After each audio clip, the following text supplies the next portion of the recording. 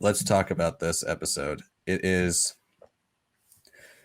really it's a great episode, but it's is the first half of the finale, as they said. So it's there's not a whole lot here that's like huge development that doesn't tie in directly to next week, right? So we're everything we talk about here will probably be with the caveat of we hope this happens next week, and we hope oh, where's this going to tie in? So our predictions, as usual, are going to be probably one of the longest parts of this video because of just the nature of a part one, part two episode series.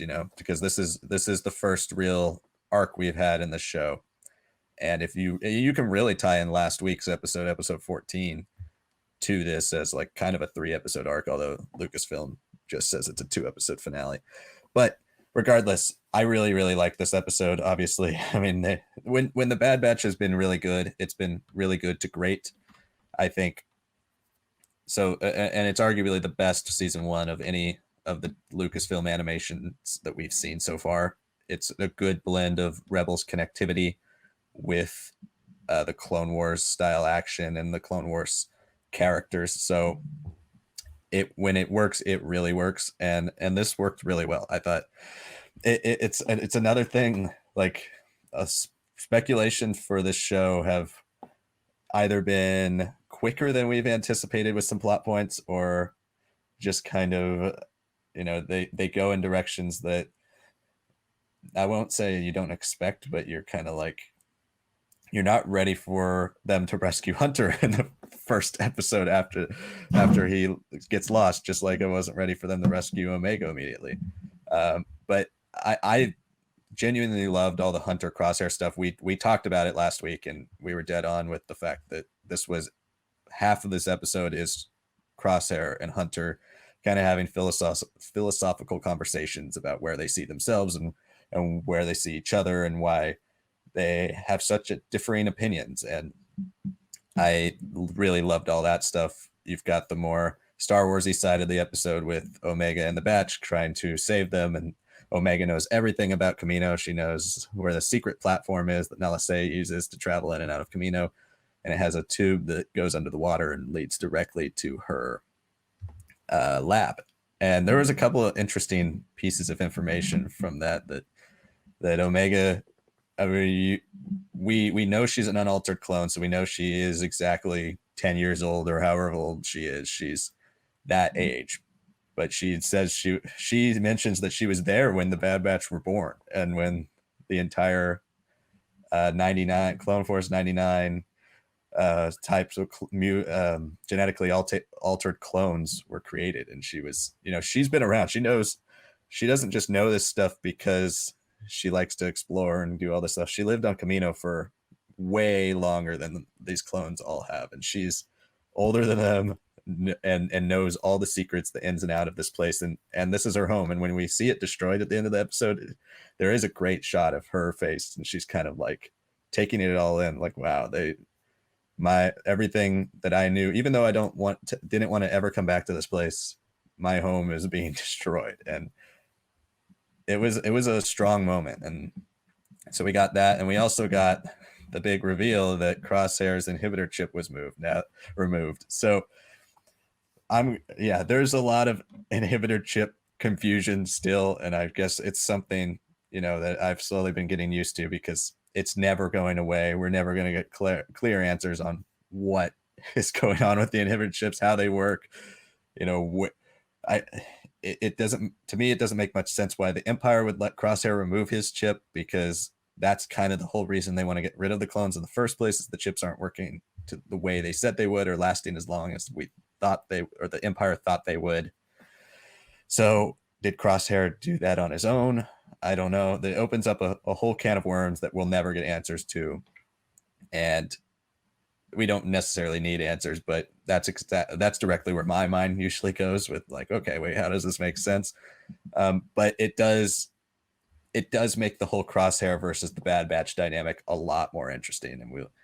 And that's really the core of this episode, is really defining their relationship and defining how they're relationship is going to end in this finale, and I think we will wrap up the Crosshair Bad Batch arc, because it doesn't seem like we're going to get into much of the rest of it. But overall, really, really like this episode, and I'm really excited for next week.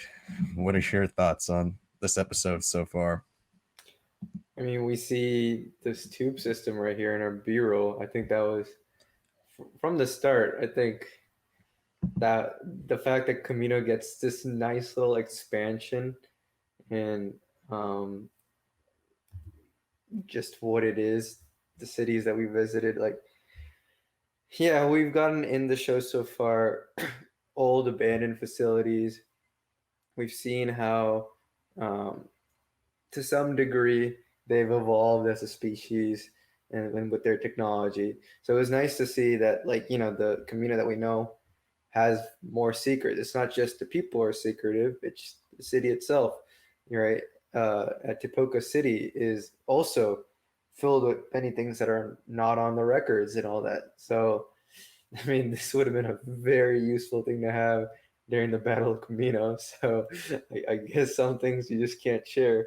Um, but yeah, no, I mean, it was great to hear that this little relationship that, um, I don't know how to put it, but I guess Omega's been indebted to from the whole time. She's like, I am one of you guys. I am a different clone. Like, we've discussed things about force sensitivity, her being female and all, but, like, for the most part, it did seem like she was like kind of fanboying, um, you know, Clone Force 99, the Bad Batch, more than actually, being one of them. And for her to like reveal that, like, no, like, if anything, I might be older than you guys. I've been here for the longest time.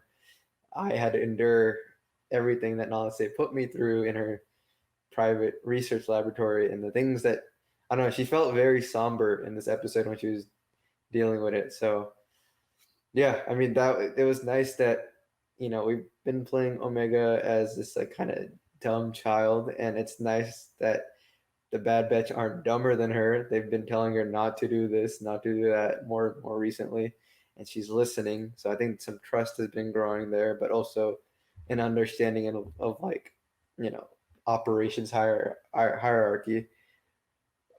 But this is like the first one where it's like, no, we have to also consider to what extent Omega's been a Kaminoan to a degree in her life, someone who's truly lived here and had this be her home, and yet so repulsed and frightened by this, possibility of coming back here.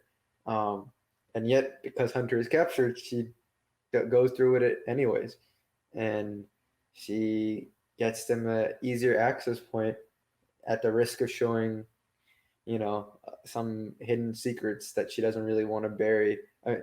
She buried and she doesn't want to really unbury and dig out again. So I thought that was really nice. It was so nice to hear the original Kamino theme from Attack of the Clones, like remixed. Like, okay, Kevin Kiner went off this episode. It's crazy. Kiner brothers, ooh, crazy. Um, so seeing that music, yeah, I don't know, it brings you back to watching that movie as a kid, and like the mystery, the somberness, the strange, almost ethereal creatures. And yet, this episode is also kind of like the end of Kamino as we know it at this point, right?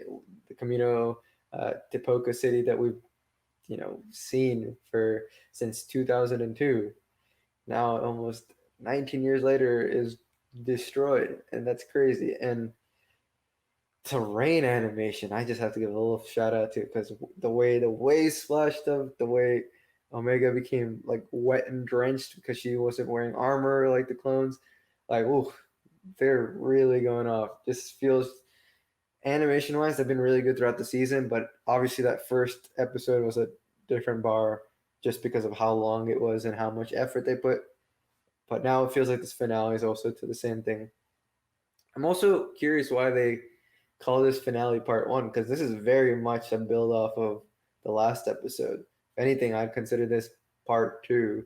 Um, it's semantics, anyways. They call it, in the end they changed it to Return to Kamino, so it's not really a huge thing here. But I mean, there was also some really nice things. We saw AZ come back, and I don't know. AZ is like one of those droids that could have just been annoying. Um, just like could have just been like, all right, you're not the cutesy sort of droid that we love, or like the one that wins our hearts over, but you're also not extremely annoying to the point that it's like your fault. All right, he's one of those droids that kind of fits into like the Toto, um, archetype where man, you are annoying, but you're also so lovable this way. He's a chopper, like Az he's a fun droid, and I like that that thread of Fives' final moments of his life and final things that he did with Az still happen. Probably Az had his memory wiped, doesn't know anything about Fives. Doesn't I don't assume he would, but he seems like he's with the crew now, and it would be very interesting to see Az and their Gonk droid, kind of play a bigger role. Like we said, the philosophical battle happened. Um, I think I mentioned that it'd be great if his chip, Crosshair's chip, was actually removed, and it is removed. And I think the best thing about it is like they ask him when, and he's like, "Does it matter?" And it's like so vile and venomous. And I'm just like, oh my god, like this man is just, oh, he's something else right now. It was great. He's become a really solid villain, and you can see his point of view. He's like, you abandoned me, right? Like, if you really cared about me, you wouldn't have just run off, right? And yet you're doing the same thing for this one girl, right? So like he makes a lot of valid points. It's like that one like meme where the guy is like pouring himself a drink and he's like shaking his head because when the villain is saying a lot of things that make and they're starting to make a lot of sense. Yeah, Crosshair has some very strong points here. Ultimately, I think Hunter is still more in the right because Crosshair is still clouded by the whole thing about superiority and um, being the right clones that continue and loyalty to the Empire because they let us be these powerful almost abominations that they were always meant to be. So he's definitely still twisted. So he's not like some pure clean guy, but he also, it's nice to know that he's also still got a little bit of a heart for his family that he used to be part of. And he's still a crack shot. He set up those little mirror things that we saw in the original Bad Batch arc in Clone Wars. And he knocked out all of his elite troopers that are already been extremely suspicious of him. And I mean, there's not really much else to the episode in that sense. Like it's not anything more than a little bit of stuff with Omega and the tube system, um, going back to the original training ground from the episode, and this entire time, Crosshair's like they'll come, right? They'll come. This is not a trap. This is just like an invitation, and I'll make my points heard, and we'll have our philosophical debate amongst everyone.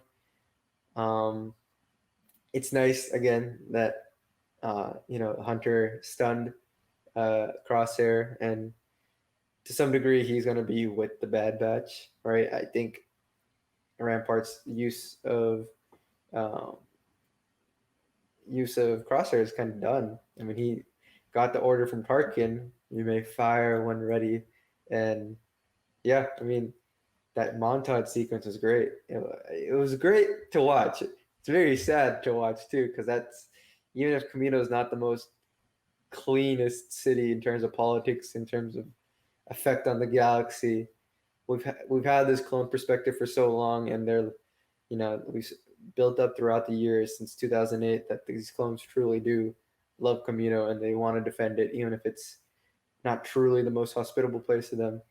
And now their main city that they were a part of is gone, and I'm assuming this is going to happen to other cities on Kamino. Nala Se is gone. They got full control of the cloning stuff. So how does that tie into Mandalorian and things?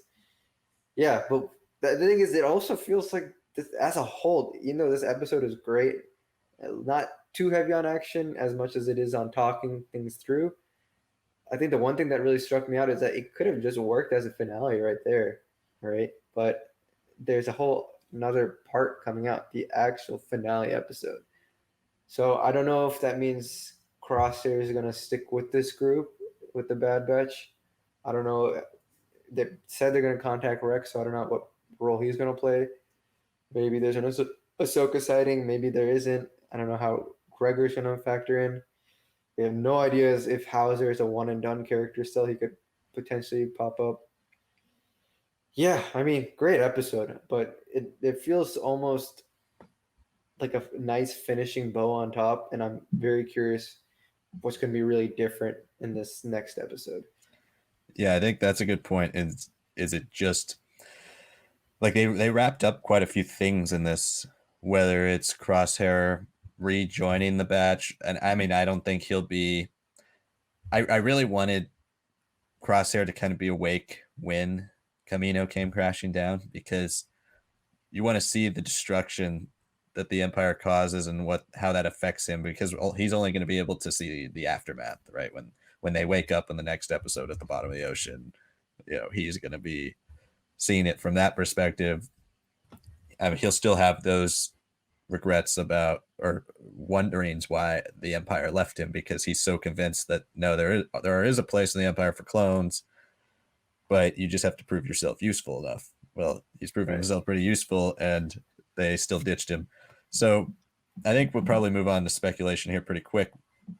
But yeah, I mean, the Crosshair stuff was excellent in this whole episode, and it's kind of one of those things where the show, this is what week one or first episode we said the finale was going to be, and the show keeps zigzagging to the point where they throw all these things into where you start to go, okay, what is the finale really going to be? Well, it seems like we're still going back to exactly what we thought in episode 1 of the Bad Batch the finale was going to be, and it's going to be Crosshair and the Bad Batch. And that's what this whole show really at the core, its heart has been about, him and his squad and the family, and what it means to be a family of clones, and what it means to be clones displaced from what you were born to do. And you still have Crosshair being a part of that military that he's trying so hard to, convince himself is still his home and still wants him, but really his home and his family is gone, and they've left him. And I love the way they reveal the inhibitor chip thing, because I always take notes during these episodes for the show, and when he said there was the conversation he and Hunter were having about whether, or Hunter's like, we had to leave you because you were trying to kill us. We didn't have a choice to do that. And Hunter said, and I did. Or I mean, Crosshair said, and I did. And I was like, okay, well, he's very aware now of his inhibitor chip. Like, how is this going to work? I wrote like 3 things in my notes like this. It's a great line. I loved it, but I was like, this doesn't make any sense. How, if he has an inhibitor chip, now he's really aware of it, so does it not work anymore? And then at the end, they reveal he doesn't have an inhibitor chip, and that made that line just like absolutely amazing now, because they're slowly throwing these threads in of, yeah, he's doing this because he wants to. And I thought that was a really smart way to slowly reveal this thing. And you're constantly getting hints that his inhibitor chip's gone, and this is him. And I mean, he's always kind of been the one that's not necessarily follows orders, but he's the one that's like more aggressive and more bred for war than the others. The other ones seem to have fun while they're fighting. Crosshair is just straight faced and get the job done. So I thought it's an interesting, he's the correct member of the batch, obviously, to put in this situation, especially without his chip. Thanks so much for watching this segment of the Star Wars Lads podcast. If you enjoyed this content, please like the video by clicking the thumbs up button down below, and subscribe to our channel for new Star Wars content every single week. If you want to watch our full discussion, click the video on the left. Or if you want to check out one of our other awesome videos, click the video on the right.